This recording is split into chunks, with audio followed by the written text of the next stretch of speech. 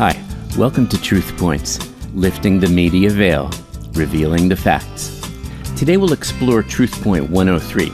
Are your savings safe in the bank? We'll look at the questions that we all are asking about banks, and together, discover the truth. I'm Mark. Thanks for tuning in to Truth Points.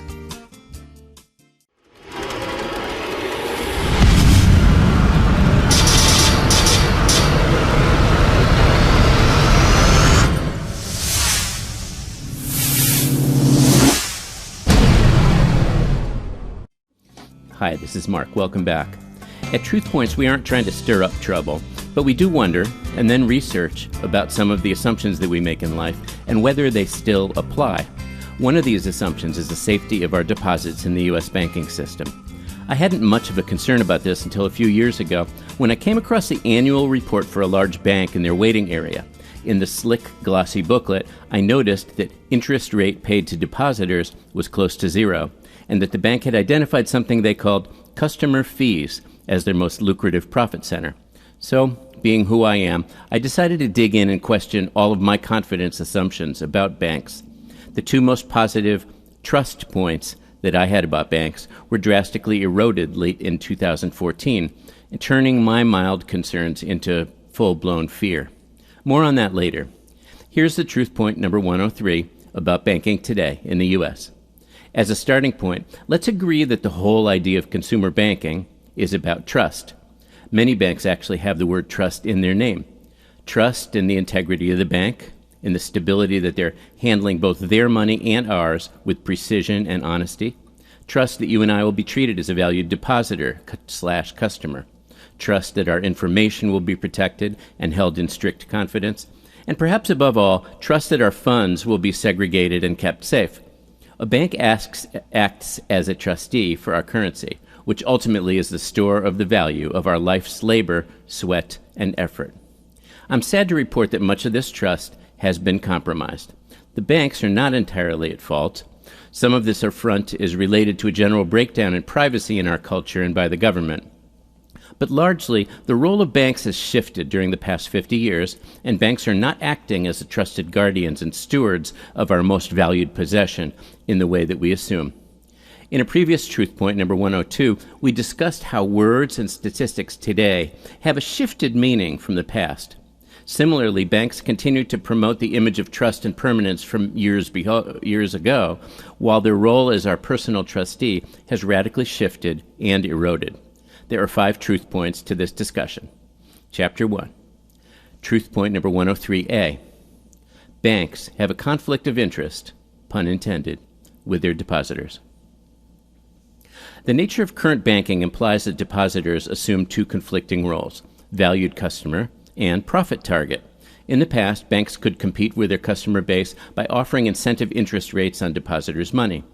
With Federal Reserve interest at nearly zero, though, and nominal actual inflation, somewhere between 7 and 10%, placing funds in a bank is a sure way to consistently lose purchasing power and value. Despite that guaranteed erosion of funds, we might at least be lured by the safety of the institution of banking. Very soon I'll address that issue in detail, but in addition to near zero interest paid on deposits, banks increasingly charge transaction and monthly fees for their services to guarantee the speedy decay of funds on deposit. With a friendly face and a polished customer service, we are consistently placed in an adversarial relationship that tries to trick us into incurring fees. By day, we're treated to warm, confidence-inspiring, trust-assuming customer relations. And by night, our deposits are put on hold, assessed fees, and abused by the precision of computer algorithms and programs designed to extract maximum fees and penalties for the bank at our expense. I had a recent banking experience with a large regional bank. Deposited funds were placed on hold and not available without my knowledge. A flurry of small debit card transactions, as well as one sizable one, were presented, and each resulted in a $39 overdraft fee. That's a few $100s of transactions, resulting in a few $100s worth of fees. I was furious. As I analyzed the charges, I realized that one large transaction could have been denied and the other 8 smaller charges paid, minimizing the fees assessed. Instead of using this customer-friendly strategy, though, The bank and their computer software intentionally processed the smaller charges first, resulting in 9 individual overdraft offenses instead of just 1. Ultimately, I investigated legal action against the bank for unjust practices, and an internet search led me to find that they had been sued in a class action litigation in Florida 3 years prior.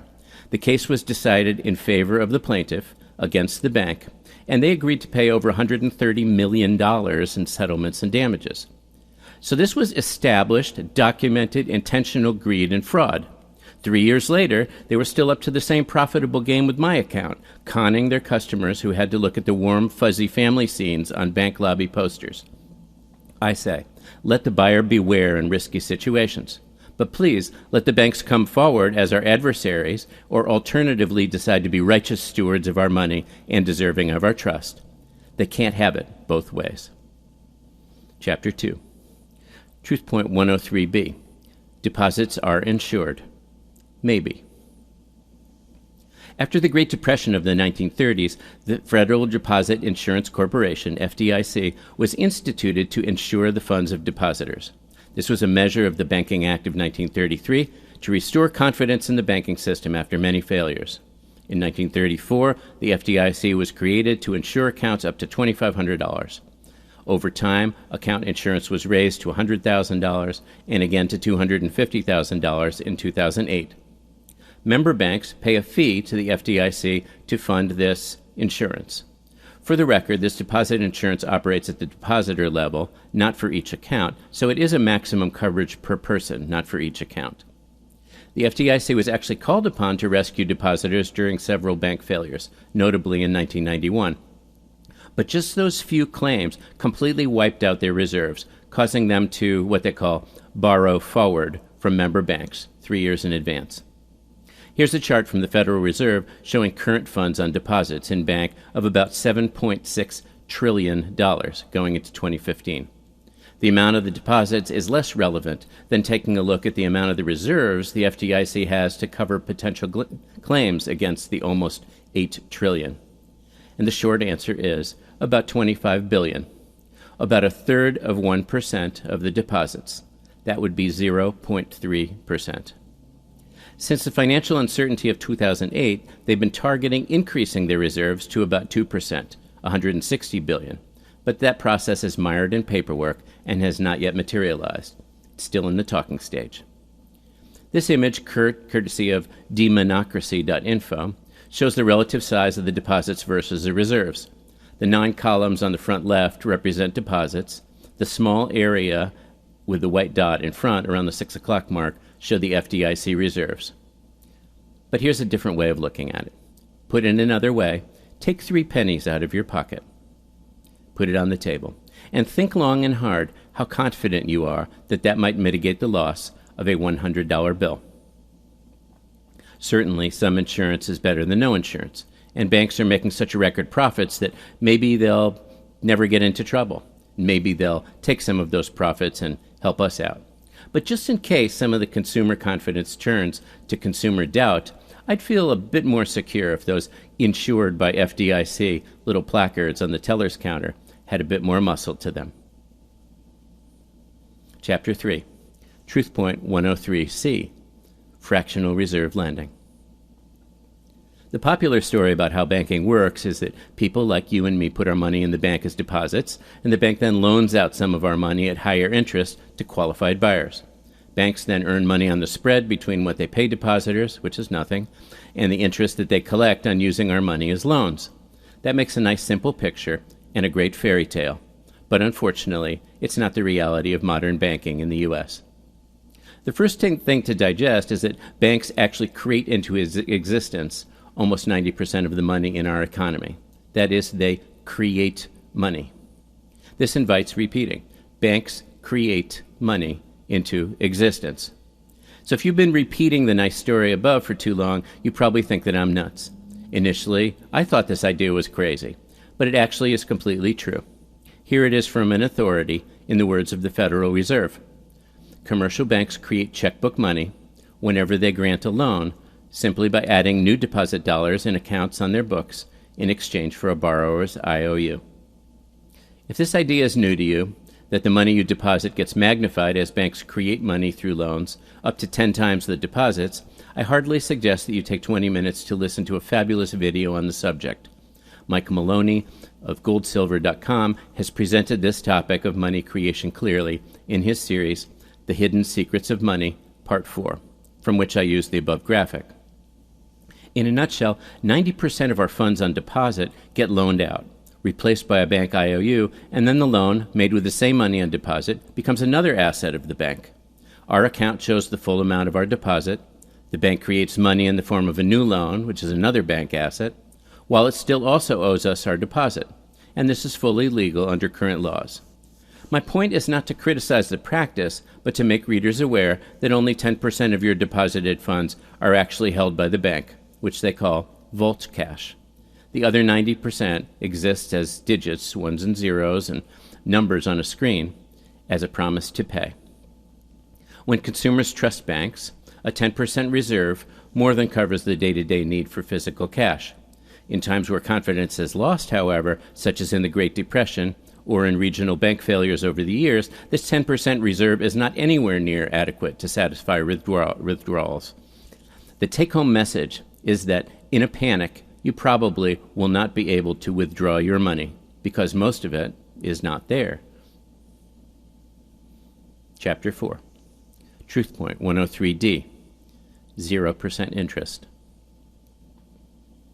Perhaps it would make sense to examine this simple fact first, skipping the issues of adversarial practices, poorly funded FDIC insurance, and fractional reserve lending. The plain and simple fact is that banks no longer pay any significant interest on our deposits. We use the safe, secure, trusted services of the bank to safeguard our valued cash and to provide us a source of income on stored funds to at least offset the effects of inflation. We discussed that stated inflation is in the 3% range annually, but real inflation is probably closer to 8%. See our Truth Point 102.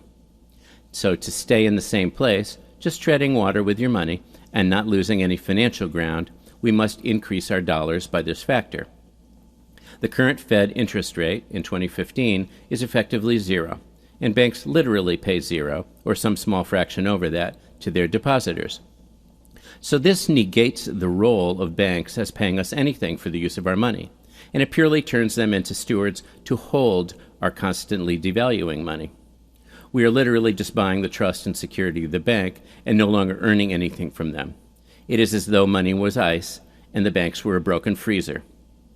We've lost the whole concept of keeping up with inflation by saving. Effectively, we earn 0% on our money in a bank, no return whatsoever. And that doesn't address that there often are fees in which we pay for the service of not earning interest money. Chapter 5, Truth Point 103E.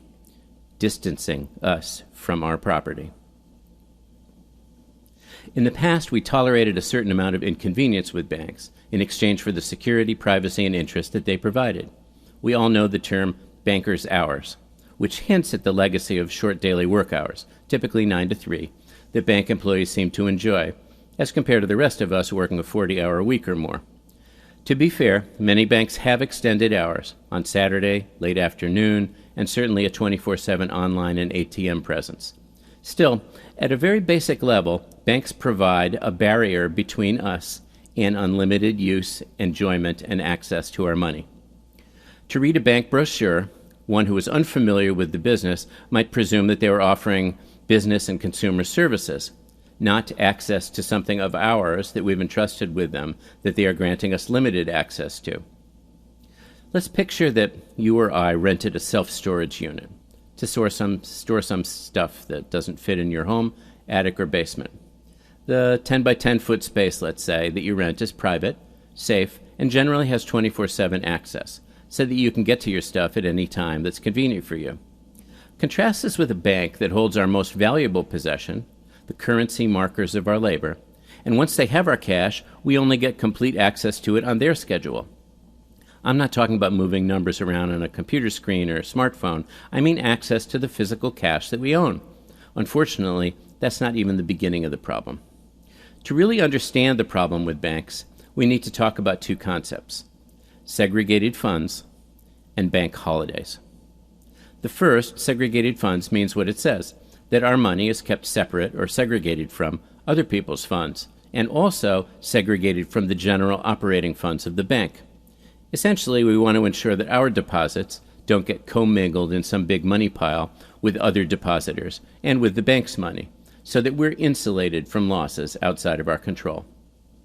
The issue of segregated funds and FDI-insured funds has come to the forefront before, and there was restrictive legislation enacted in 1933 that prohibited commercial banks from investing in risky speculative ventures. The Glass-Steagall Banking Act separated banks into commercial and investment. The former, the commercial banks, had depositor accounts insured by the FDIC, and the latter, the investment banks, were not. The Commodities and Exchange Act of 1936 also mandated that customer accounts be kept segregated. Recently, however, commercial banks began to feel that they were missing out on the big stock market bonanza returns, futures exchanges, and newly concocted derivatives wagering, and they pressured legislators to repeal Glass-Steagall in 1999. This opened up the floodgates for banks holding depositors' funds to invest in highly speculative ventures, potentially making the banks themselves insolvent. In 2008, 9 years later, banks deemed too big to fail were given an $800 billion infusion of taxpayer bailout money because of gambling losses. In 2015, as I write this, recently passed banking legislation in the final hours of 2014 are extremely concerning for bank depositors. Around the world, the idea of a bank bailout has fallen into disfavor. So a new tactic has come to favor in the banking world called bail-ins. And this means taking your money from private accounts to cover their gambling losses, the losses of the parent bank. That's worth repeating. Using depositors' money, your money, to cover bank losses. This was first tested by a private commodities company known as MF Global, run by ex-Goldman Sachs chairman John Corzine. To summarize, MF Global ran into trouble and lost $1.5 billion of clients' segregated funds in 2011. No one was arrested, and the company filed for bankruptcy. The dust hasn't completely settled, but many depositors lost their money. So basically, $1.5 billion of money that people had on deposit was used to rescue the MF Global banking debts. In 2013, Cyprus faced the equivalent of the U.S. 2008 banking crisis, but they took the bail-in approach. Instead of asking the government and ultimately the taxpayers to fund the bailout, the European Central Bank structured a bail-in in which depositors' funds were seized directly from their accounts. I said that their funds were seized directly from their accounts, from their private accounts. They ended up giving it a name. They called it recapitalization, and account holders with over 100,000 euros faced losses of about 30% in their balances.